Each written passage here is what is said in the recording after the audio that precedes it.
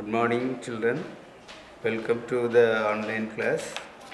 Today we are going to revise the lesson from civics, that is human rights.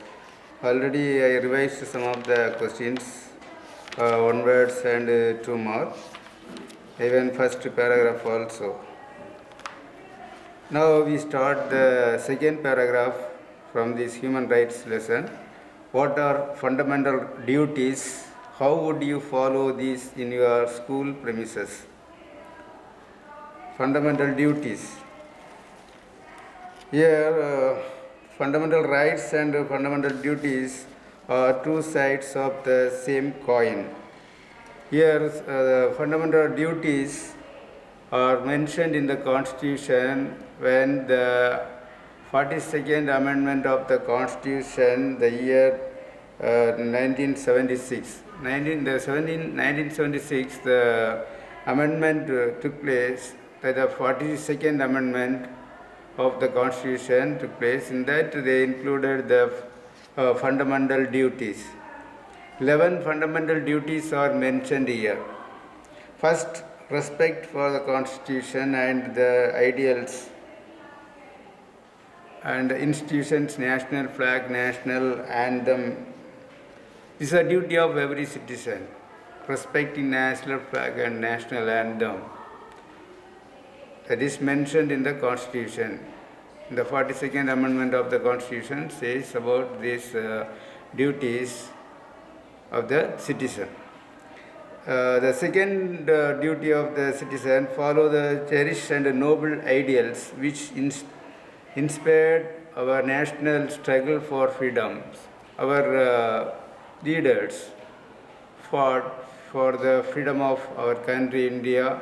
That time they left so many ideals that to be protected and followed. What all the noble ideals left us, that is that to be followed. That is a duty of a citizen. Uphold and protect sovereignty, unity and integrity of India. Our country, from Kanyakumari to Kashmir, India is one.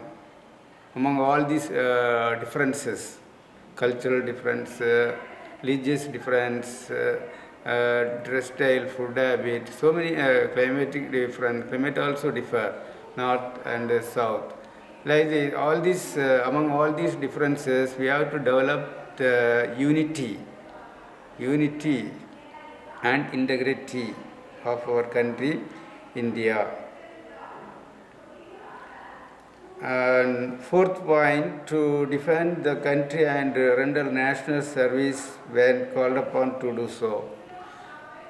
Anytime we have to be ready to serve for our country at the time of emergency time, we all must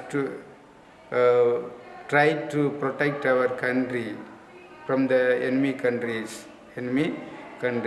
That is a duty of every citizen. To promote harmony and the spirit of common brotherhood among all the people of India. Promote harmony, unity. Develop unity and harmony, common brotherhood.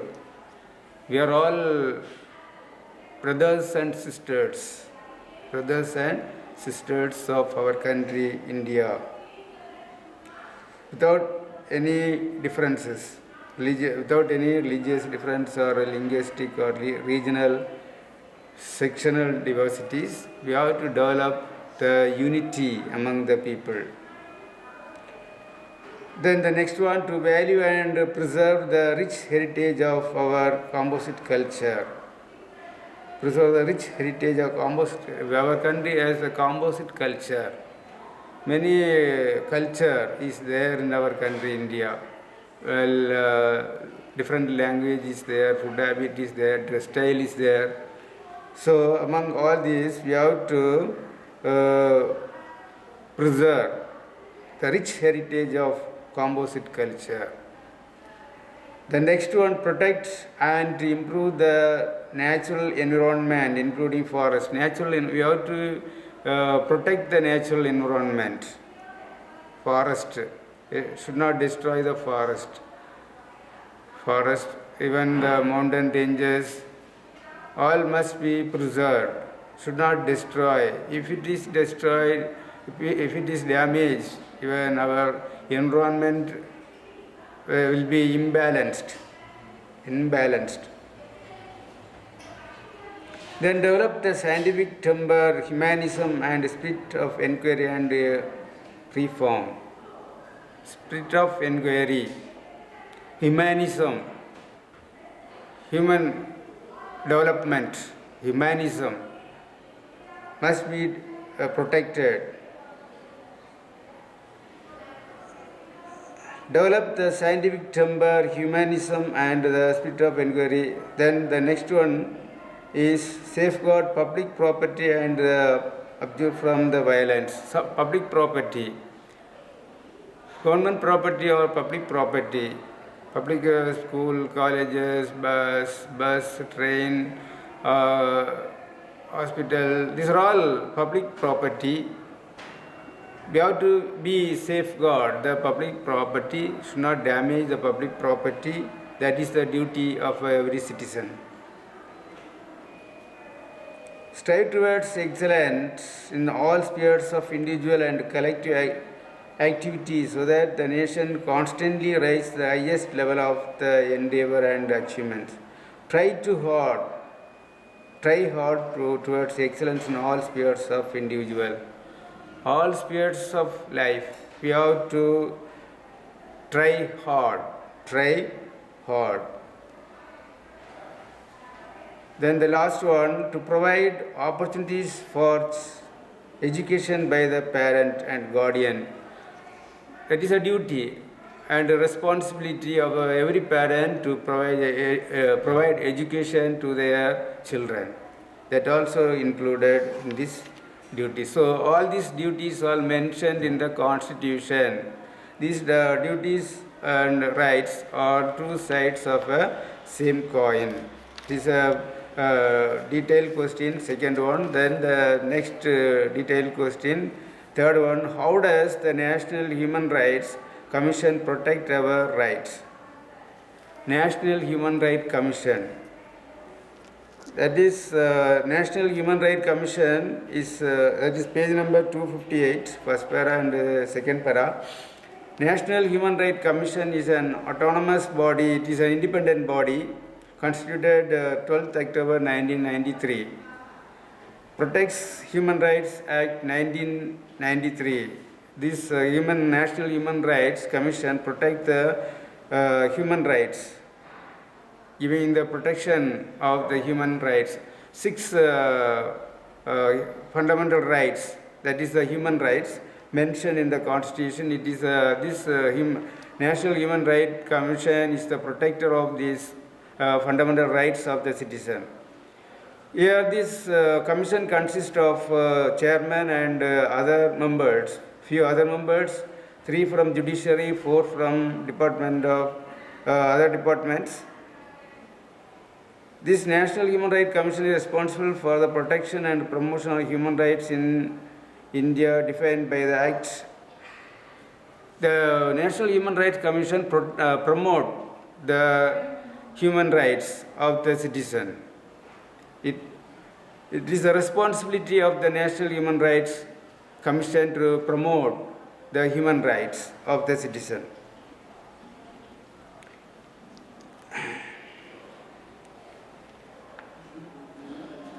The Constitution of International Government Office is located, National Human Rights Commission Office is located in New Delhi.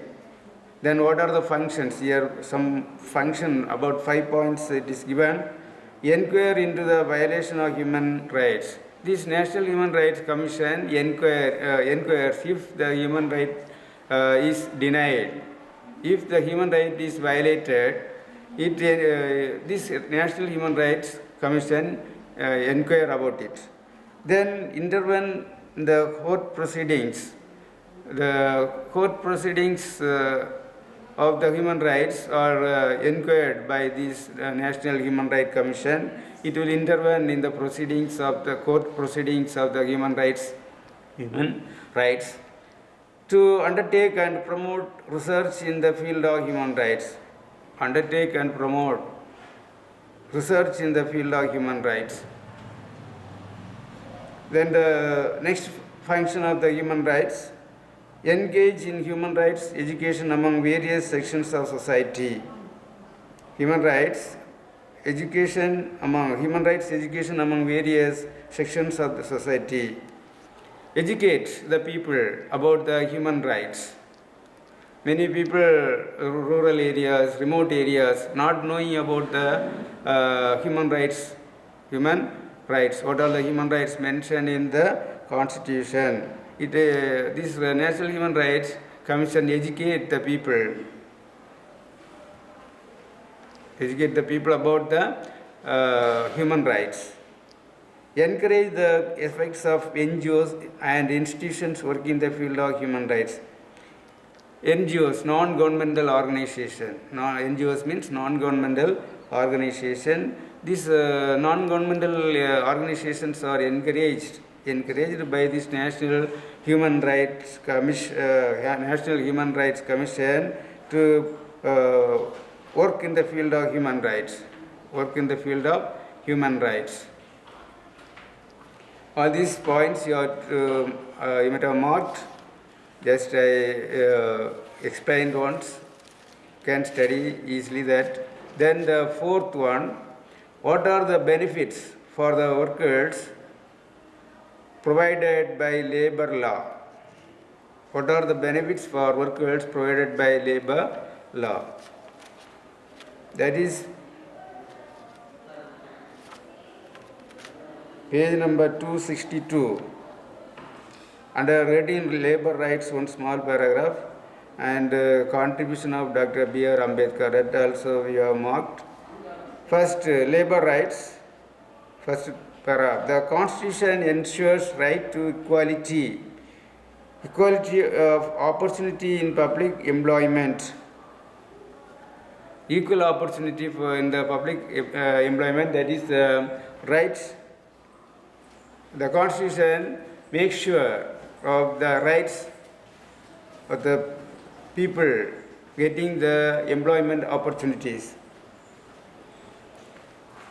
Right to form associations and unions. This right also given to the workers, form associations and unions. Right to livelihood, prohibits trafficking, forced labor and child labor. Forced labor, exploitation, child exploitation. Child exploitation. That means forcing the children to do the work. That is child exploitation. Ensures equal wages to male and female workers where equal work. For equal work, for male and female, equal wages. Those days, male wages is more and female wages are low. There was a difference in paying the wages, but both will do the equal work, but the wages will differ for male and female. But these labor rights equalize that wages for equal work. Then contribution of Dr. B.R. Ambedkar. He contributed a lot for the welfare of the laborers. Reduction in factory working hours, 8 hours. People working more than 8 hours, 10 hours, 12 hours, they are forced to do. They have to work hard, but they will pay minimum wages. They will not pay extra if they are doing more work or extra work. Extra hours if they are working, they will not pay.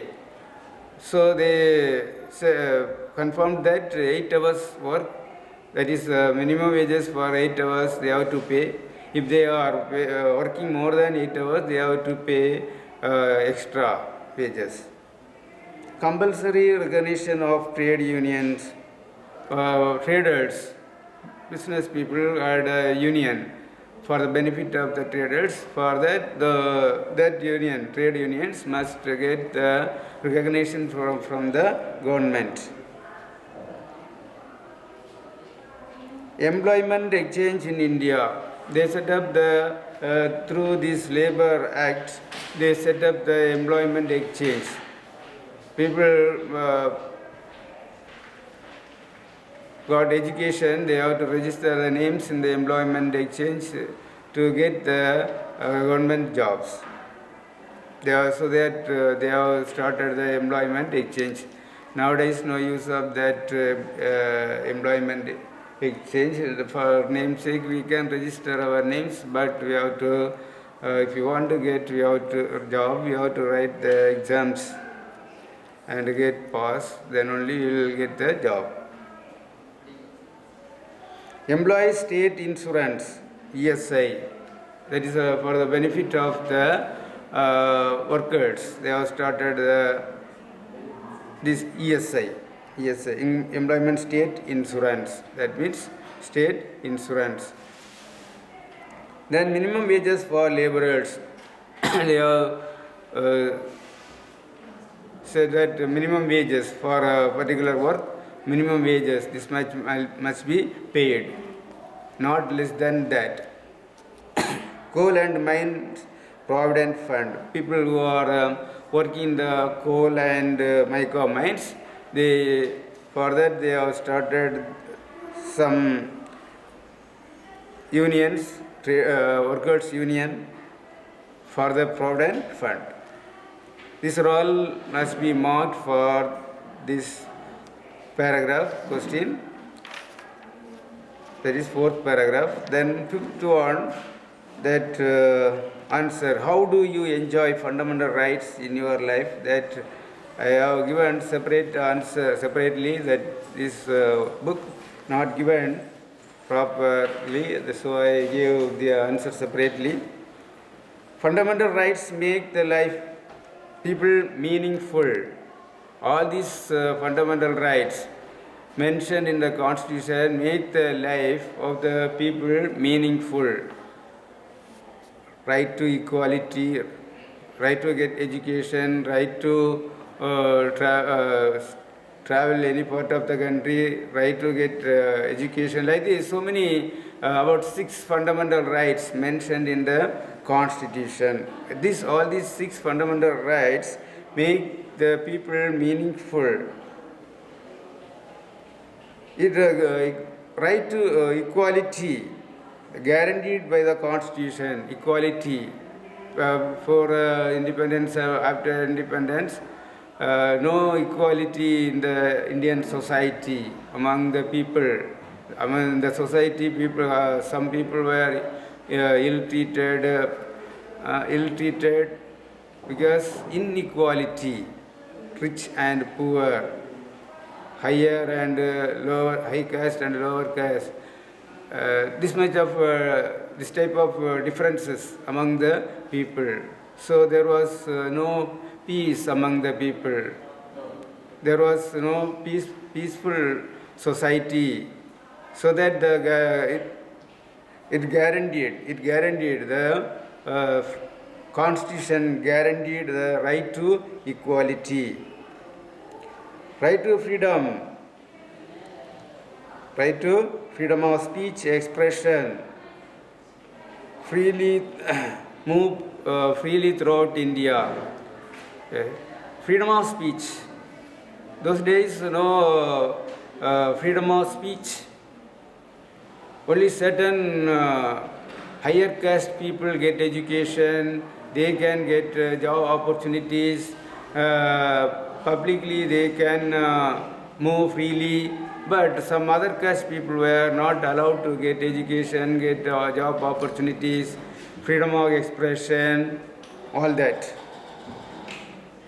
Then right against exploitation, protect children from exploitation. Right to protection, right against exploitation. Already I said exploitation. Children, especially children and female, are exploited. Forced to do, compulsion, forcing to do. That is exploitation. That is the denial of rights. Especially the small age children are forced to do the work they have to work hard and they paid very little. This is an exploitation. I have to right to follow my religion without any fear. That is mentioned that India is a secular country. Many religions we have, but any religion if you want you can follow. That is the right given to the citizens to follow any religion. Right to freedom of religion. Freedom of religion. Cultural educational rights.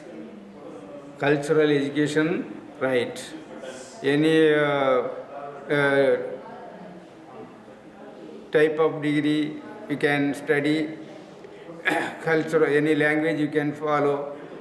Okay, these are all the rights given in the Constitution. Right to constitutional remedies. Constitutional remedies also. If any one of the rights mentioned in the Constitution denied, the citizen can get the remedy through the court. Through the court. That is constitutional remedies. Right to constitutional remedies. These are all the points given. This answer can learn. I think it is given that answer, not in the book, it is given separately. Okay, so all these details I have revised from this chapter. You can learn easily. So you learn thoroughly all these answers from this lesson. Thank you.